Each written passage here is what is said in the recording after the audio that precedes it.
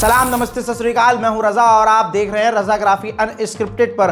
अंतर्राष्ट्रीय prime time report, international prime time report, एक ही video के अंदर पूरी दुनिया की जो बड़ी बड़ी खबरें हैं वो आपको बहुत ही सिंपल और आसान ज़बान में आपको बताने वाला हूं। कनाडा भारत से पूरी तरह से चिढ़ा हुआ है और बुरी तरह से परेशान हो रहा है। भारत के खिलाफ कनाडा अब कदम उठा रहा है। 5 दिन के दौरे पर भारत के विदेश मंत्री माननीय जयशंकर ऑस्ट्रेलिया के दौरे पर गए थे।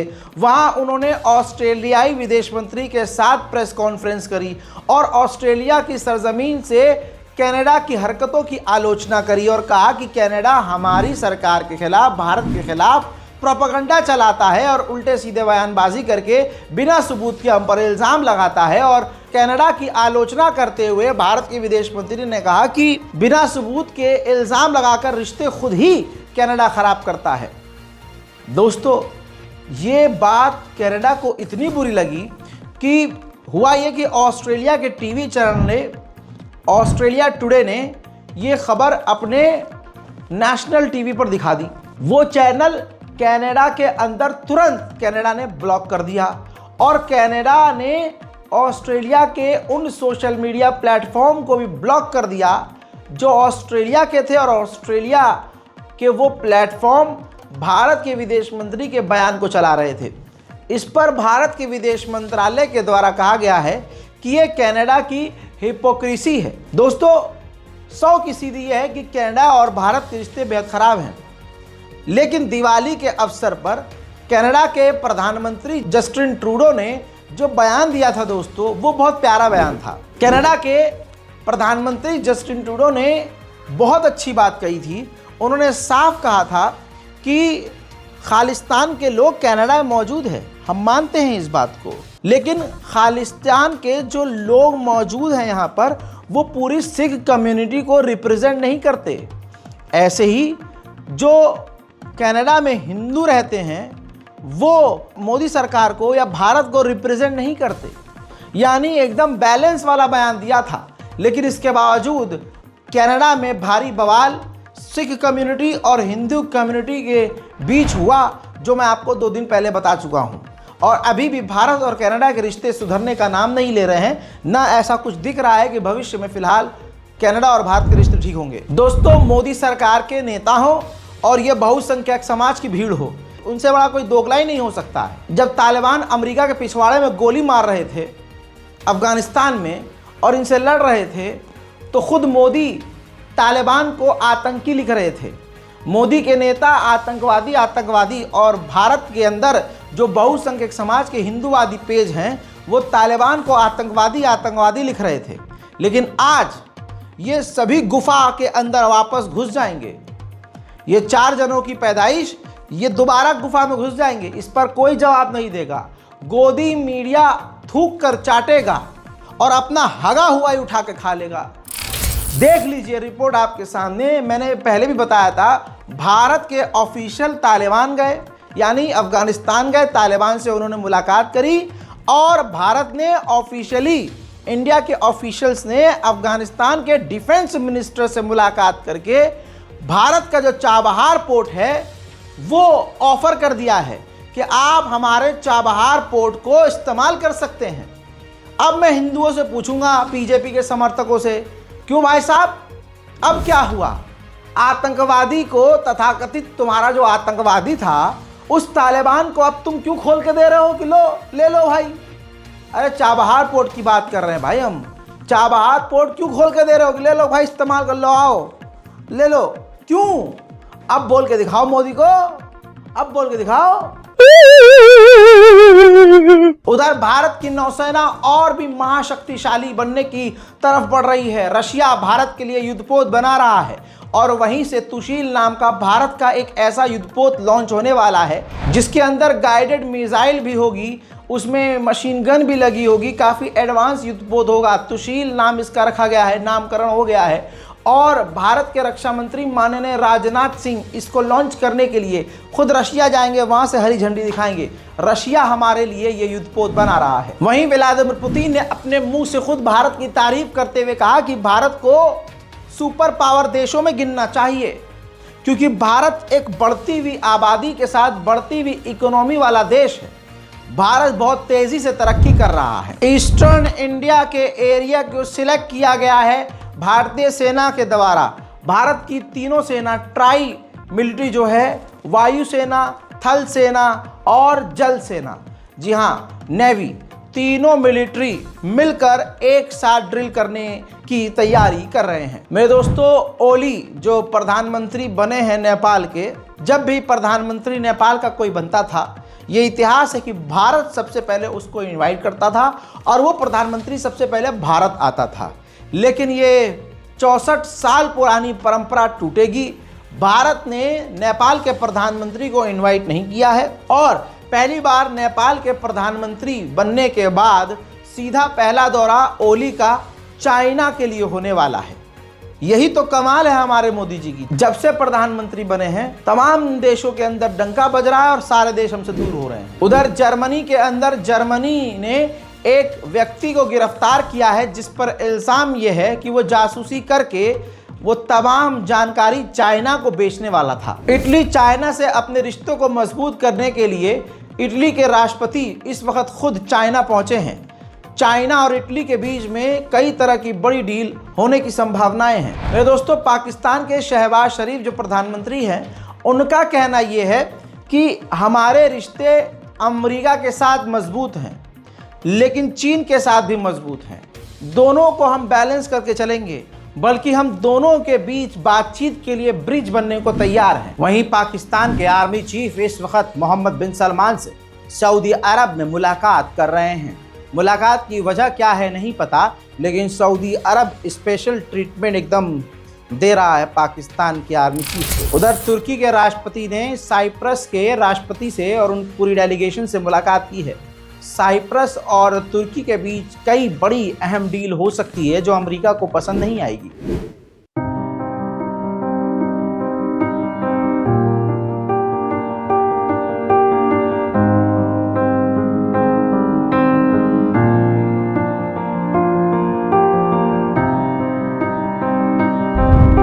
जो चीज कभी ना हुई इतिहास में वो अब हो रही है।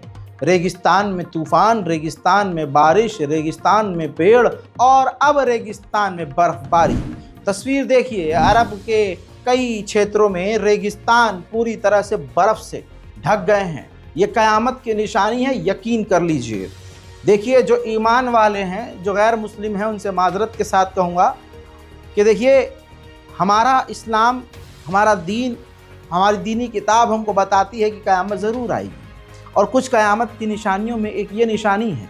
और सऊदी अरब की सरकार का जो कैरेक्टर है, गद्दारी वाला, मुसलमानों के नरसंहार पर खामोश रहने वाला, जुल्म करने और जुल्म पर खामोश रहने वाला, जाहिर सी बात ये वही अरब है जिस अरब की सरजमीन पर हुजूर पाक सल्लल्लाहु अलैहि वसल्लम की पैदाइश हुई। वो वही मदीना है, मदीना भी वहीं अरब में है। सोचिए, हुजूर पाक से जुड़ी हुई सारी चीज़ें वहीं मौजूद हैं और ऐसे में उसी सरजमीन पर ये सब कुछ हो रहा है। गुनाह, शराब, वेश्यावृत्ति, अय्याशी सब अरब कर रहे हैं। अरबी सामने कुछ और है, अपने घर में अल्लाह अल्लाह या हबीबल्लाह, और उधर सारे अरबियों के पास, सारे अरब के जो बड़े बड़े हैं लोग, पूछ लीजिएगा, उनके अलग फार्म हाउस हैं। शहर से बाहर जाओ, वहाँ उनका एक भारतीय या पाकिस्तानी बावर्ची होगा कामकाज करने के लिए, वहाँ जाएंगे, अय्याशी करेंगे खूब। कुछ तो इतने बड़े वाले हैं कि अरब में ही कर रहे हैं। कौन कह रहा है कि अरब में शराब नहीं है? अरब में शराब, बार, शराब खाने, बेली डांस तो आप वहाँ जानते ही हैं, फेमस है। ये सब नबी के शहर में हो रहा है, तो फिर क़यामत आएगी क्यों नहीं? फिर रेगिस्तान में बरसात होगी क्यों नहीं? फिर रेगिस्तान में बर्फ़ पड़ेगी क्यों नहीं? स्वीडन के अंदर एक स्वीडिश व्यक्ति आए दिन कुरान पाक को जलाता था, आपको याद होगा, लेकिन वो विजुअल मैं माफ़ी चाहूँगा, दोबारा नहीं दिखाऊंगा। उस व्यक्ति को 4 महीने की सज़ा स्वीडन के कोर्ट ने सुना दी है। दोस्तों, हालांकि ये 4 महीने कुछ नहीं है, लेकिन मैं दुआ करूँगा और आप भी दुआ करें कि इन 4 महीने में उसका दिल पलट जाए और वो दूसरे मजहबों की, ख़ासकर इस्लाम की इज़्ज़त करना शुरू करे, और अल्लाह जिसे चाहे हिदायत दे देता है। मैं यही कहूँगा, यही चाहूँगा कि अल्लाह इसे इस 4 महीने में ऐसी हिदायत दे दे कि ये एक पक्का मुसलमान बन जाए। उधर स्विट्जरलैंड ने इस्लामोफोबिया से ग्रसित मानसिकता के साथ एक कानून पास कर दिया। 2025 के बाद से स्विट्जरलैंड में कोई भी बुर्का नहीं पहन सकता।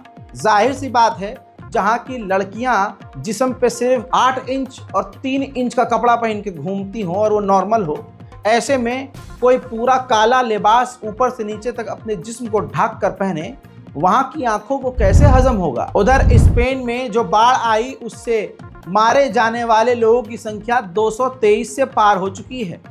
हजारों लोग अभी भी गायब हैं, मिले ही नहीं कि कहाँ गए हैं। पूरे स्पेन की सरकार 223 लोगों के मरने पर हिली हुई है और गाजा में 40,000 से ज़्यादा, लेबनान में 3,000 से ज़्यादा लोगों की मौत हो गई है और पूरी दुनिया के कान में जूं तक नहीं रेंग रही है। उधर साउथ कोरिया ने नॉर्थ कोरिया के बहस में उतरकर बैलिस्टिक मिसाइल का टेस्ट किया है।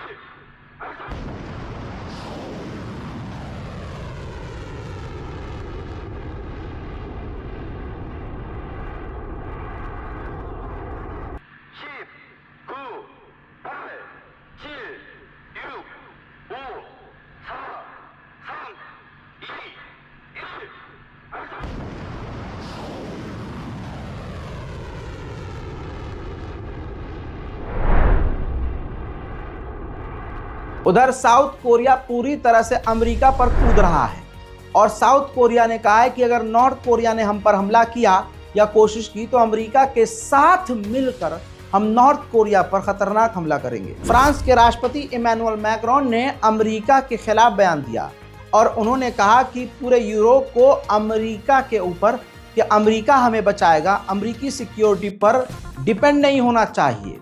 ठीक इसी तरह से इटली की प्रधानमंत्री जो मेलोनी हैं, उन्होंने भी सेम बात कही कि यूरोप को अमेरिका के ऊपर निर्भर होना बंद करना होगा। हजरात, डोनाल्ड ट्रंप के आने से अंतर्राष्ट्रीय राजनीति पलट चुकी है। ताइवान जो कल तक चाइना के खिलाफ अमेरिका पे कूद रहा था कि अमेरिका बाइडेन सरकार दे दनादन पैसा दे रही थी, हथियार फ्री में दे रही थी, सस्ते दामों में हथियार दे रही थी और कैश भी दे रही थी, $1 मजबूत हो चीन के खिलाफ। अब दोस्तों, जैसे ही ट्रंप की सरकार आई है, नीति बदल गई और ट्रंप ने कह दिया है उल्टा ताइवान से कि भाई साहब, अपनी सिक्योरिटी के लिए तुम्हें खुद पैसे भरने चाहिए। अब ताइवान के पसीने छूट गए। ये क्या हो गया?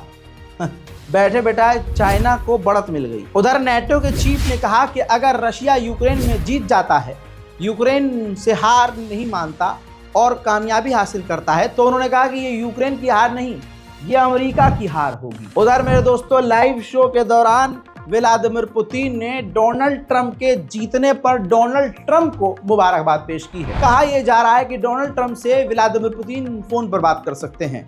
यहाँ पर आपकी नॉलेज के लिए थोड़ा सा बता दूं कि डोनाल्ड ट्रंप और पुतिन के रिश्ते खट्टे नहीं हैं, दोनों एक दूसरे के लिए नरम हैं। जैसे बाइडेन बिल्कुल विरोध में था इसके, रशिया के व्लादिमीर पुतिन के, वैसे कट्टर तरीके से ट्रंप कभी भी पंगा पुतिन से नहीं लेते हैं। कहा जा रहा है इसी वजह से व्लादिमीर पुतिन खुद फोन पर ट्रंप से बात कर सकते हैं मुबारकबाद देने के लिए। उधर पोलैंड के पार्लियामेंट में डोनाल्ड ट्रंप का सपोर्ट किया जा रहा है। पार्लियामेंट का वीडियो आपके सामने।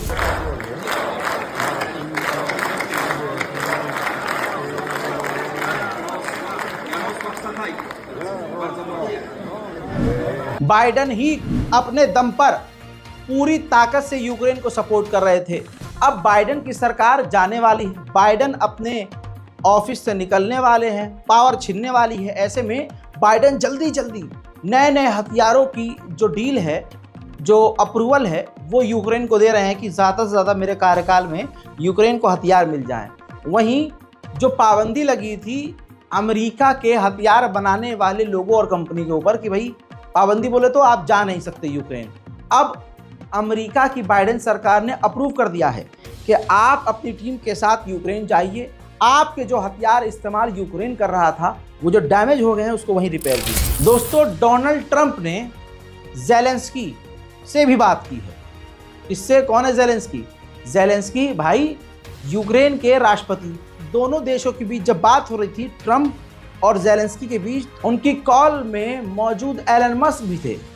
एलन मस्क एक बिजनेसमैन होने के बाद अब नेतागिरी में, अंतर्राष्ट्रीय नेतागिरी में फुल उतरा हुआ है। इसकी भी क्रोनोलॉजी समझ लीजिए। इसको पता था कि पूरी दुनिया का सबसे बड़ा प्लेटफॉर्म ट्विटर है, तो इसने सबसे पहले ट्विटर खरीदा, उसका नाम बदला, एक्स किया, और इस एक्स में जहां सबसे ज़्यादा यूज़र पूरी दुनिया से मौजूद हैं और अमेरिका का हर व्यक्ति एक्स पर मौजूद है, इसने एक्स पर खुलकर ट्रंप का सपोर्ट किया और पूरी ताकत लगा दी प्रमोशन कर। भाई, हम कंपनी को, फेसबुक को पैसा देते हैं, इंस्टाग्राम को प्रमोशन के लिए, हैं कि भाई ज़रा हमारा ये बूस्ट कर दो, ये कर दो। अब वो कंपनी ही कोई खरीद कर, कंपनी का मालिक ही किसी को सपोर्ट कर दे तो उसका जीतना तय है। तो ये क्रोनोलॉजी जो है ये एलन मस्क की है। यूरोपीय यूनियन की चीफ ने ऐलान कर दिया है कि हम रूस के बजाय अमेरिका से तेल खरीदेंगे। I would not say discuss, but we touched upon yesterday. It's the whole topic of LNG. We still get a lot of LNG via Russia, from Russia. And why not replace it by American LNG, which is cheaper for us and brings down our energy prices, but is something where we can get into a discussion, also what our trade deficit is concerned. So engage, look at common interest and then negotiate. उधर Zelensky ने कहा है कि जल्दबाजी में रूस से जंग खत्म करना मतलब हार होगी। मेरे दोस्तों, हम गूगल मैप में सैटेलाइट इमेज खोलकर लोकेशन चेक करते हैं। आप भी अपनी गर्लफ्रेंड को चेक करते हैं कि यार देखो ये ज़रा लोकेशन भेजिए, फिर सैटेलाइट इमेज खोल के जूम करते हैं कहाँ पर है, कौन सा मकान दिख रहा है, कौन सा रोड दिख रहा है, कौन सी जगह दिख रही है। ऐसे ही पूरी दुनिया में गूगल मैप काम करता है। और गूगल किस तरह से यूक्रेन की मदद कर रहा है मैं बताता हूँ। गूगल मैप पर यूक्रेन के मैप को जूम करके जो भी यूक्रेन में था, मिलिट्री एरिया जहाँ पर उसके हथियार तैनात हैं, जहाँ फौज तैनात हैं और जहाँ उसके चेक पॉइंट है, सब नज़र आ रहा था। गूगल मैप भाई जो है वो दिखाएगा।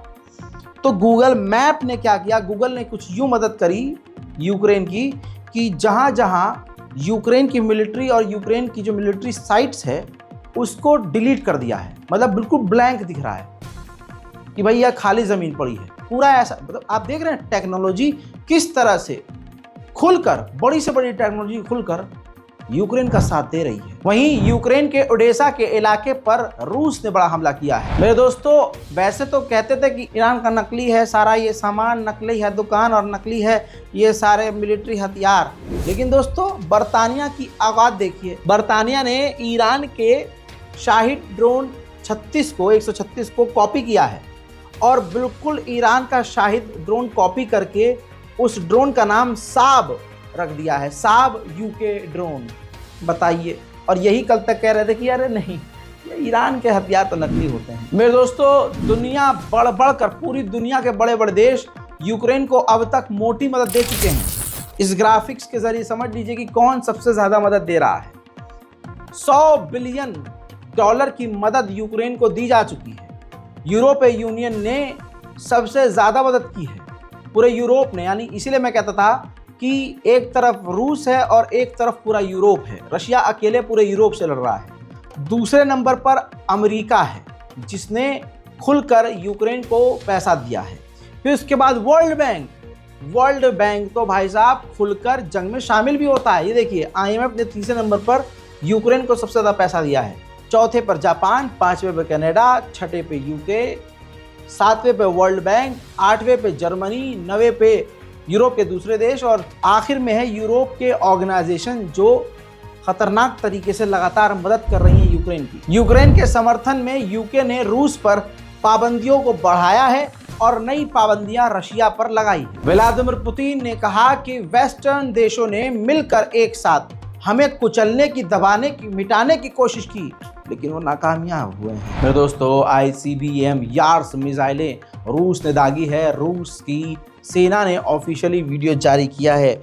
यूक्रेन की तबाही के मंजर छुपाए जा रहे हैं बिल्कुल इजराइल के स्टाइल में, लेकिन यूक्रेन का भारी नुकसान रूस कर रहा है। एक रूस के खौफ से पूरा यूरोप सहमा हुआ है। यूरोप ने अपना डिफेंस का बजट तो बढ़ा दिया है, लेकिन मसला ये हो गया है कि ससुरों के पास फौज कम है। फौज कम है, हथियार ज़्यादा है, डिफेंस ज़्यादा है, लेकिन उनको चलाने के लिए फौज ही नहीं है। यूक्रेन की राजधानी कीव में इस्टोनिया के एम्बेसडर जिस बिल्डिंग में थे, उसी बिल्डिंग के ऊपर रूस का ड्रोन हमला हुआ है। नॉर्थ कोरिया पर यूक्रेन के राष्ट्रपति ज़ेलेंस्की भड़के हुए हैं और उन्होंने बयान दिया है कि नॉर्थ कोरिया यूरोप में जंग छिड़ रहा है। Yesterday I spoke with President Trump, as many of you did, and it was productive conversation, good conversation. Of course, we cannot yet know what his actions will be, but we do hope that America will become stronger. North Korea is now, in effect, waging war in Europe. North Korean soldiers are attempting to kill our people on European soil. Since the European Political Community Summit in UK in July, there has been much talk about the need to yield to Putin, to back down, to make some concessions. And really some, even from Europe, some leaders were strongly advocated Ukraine making concessions to Putin. It's unacceptable for Ukraine and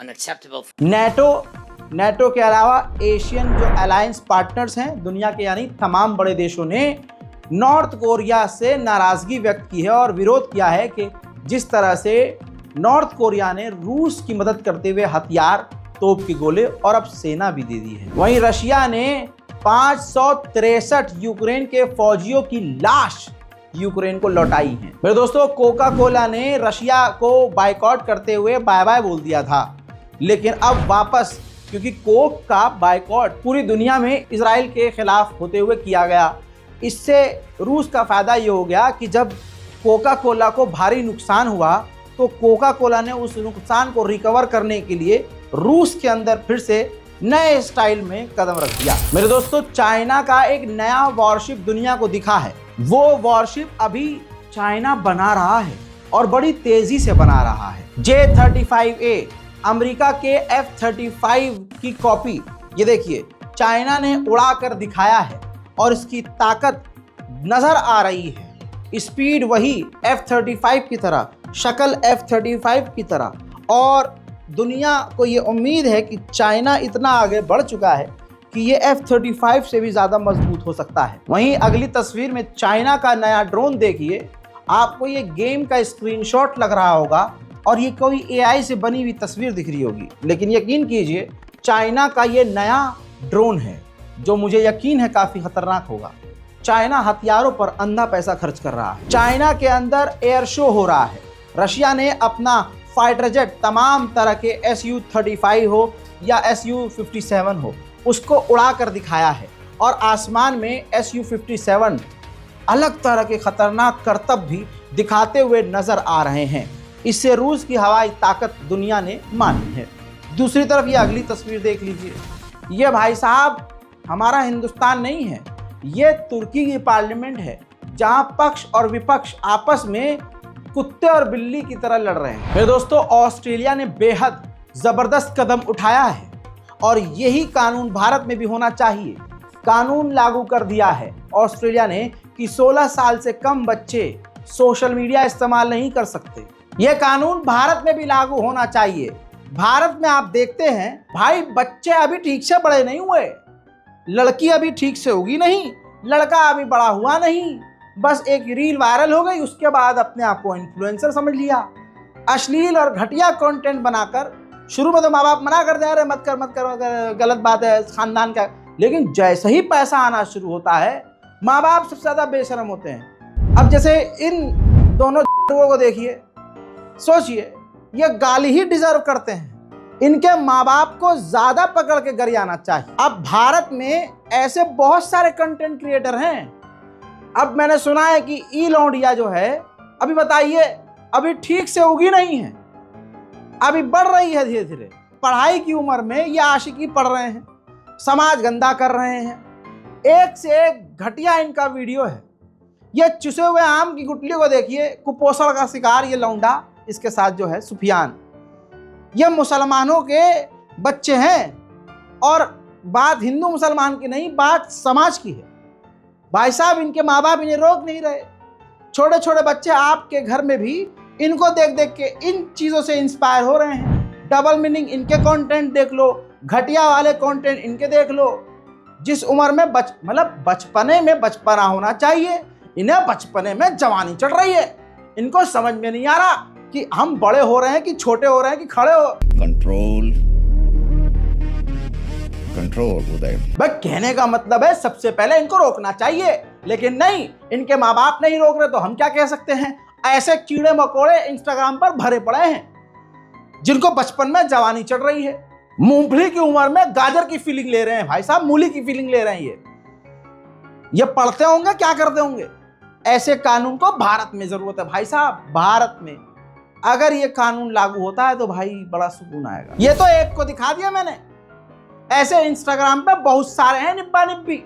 उनकी हरकतें देखकर हम जैसे जो जवान लौंडे हैं, लौंडियां हैं, उनको शर्म आ जाए कि यार ऐसा ये कैसे हो सकता है यार। अब सुना मैंने ये भी है कि सूफियान और इसका लौंडिया का ब्रेकअप हो गया, वो किसी दूसरे लड़के के साथ वीडियो बना रही है।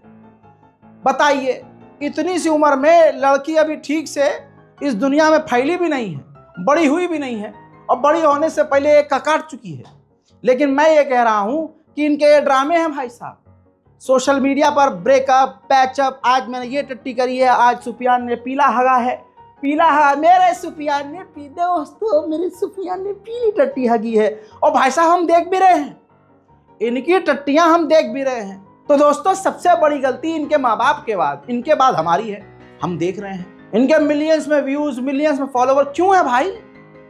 तो भाई आप लोगों से भी अपील है, ऐसे लोगों के कंटेंट को, मतलब आप जब आके नेगेटिव कमेंट करते हो ना तो उससे उनकी रीच बढ़ती है। करना यह है कि सीधा ब्लॉक करो इन्हें, कि ये तुम्हारी फीड में भी ना आए। अंतर्राष्ट्रीय प्राइम टाइम रिपोर्ट में फिलहाल के लिए इतना ही। इस रिपोर्ट को शेयर कीजिए, दुआओं में याद रखिए, चैनल को सब्सक्राइब कीजिए। जय हिंद।